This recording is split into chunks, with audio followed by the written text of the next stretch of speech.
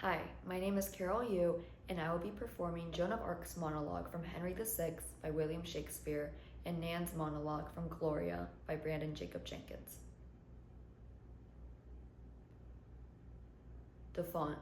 I am by birth a shepherd's daughter, my wit untrained in any kind of art. Heaven and Our Lady Gracious hath it pleased to shine on my contemptible estate. Lo, whilst I waited on my tender lambs, and to sun's parching heat displayed my cheeks, God's mother deigned to appear to me, and in a vision full of majesty willed me to leave my base vocation and free my country from calamity. Her aid she promised and assured success. In complete glory she revealed herself.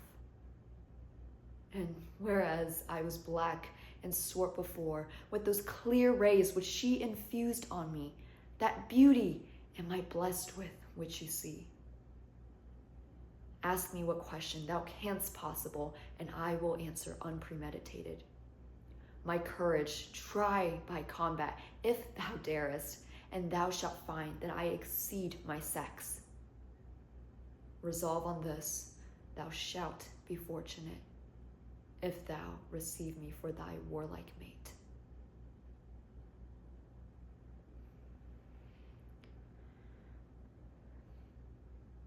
Yes, but it was also a financial disaster, probably because everyone was walking around with all these substance abuse problems, and that's half the reason why we went corporate the way we did, got bought out, we were so in the red.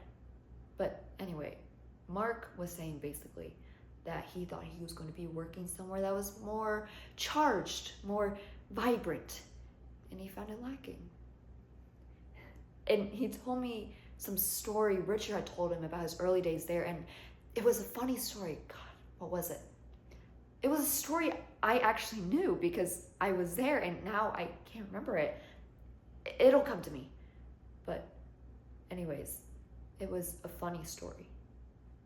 A funny story for him, I guess, but it was actually a memory for me. Like a genuinely funny memory. And it was strange to feel your experience come back to you that way. A story in some young person's mouth. And we were laughing about it. We both found ourselves laughing over this thing that he'd only heard about, and this thing that I'd actually lived through, and we were just laughing. It was weird. And then almost as suddenly, we realized we were laughing, and it got quiet, and it was almost like he was reading my mind when he asked me what happened. And I paused for a second, and I didn't know what else to say except things were different then. And he says, different how? And I said, everyone was young and didn't know what they were doing. Everything was new and exciting and always discovery. And then it got old. We got old. And now things are different. And it was quiet for a moment, and we talked about a few more things. All the while I'm thinking, did I really just say that? And just before he left, I found myself blurting out, if you ever want a career in publishing, just like that. And I knew that it was me trying to do that last ditch pitch thing, trying to convince myself that he was young and naive and that I was wise and the one with all the power, as if I hadn't just told this boy that he had the power, that youth was.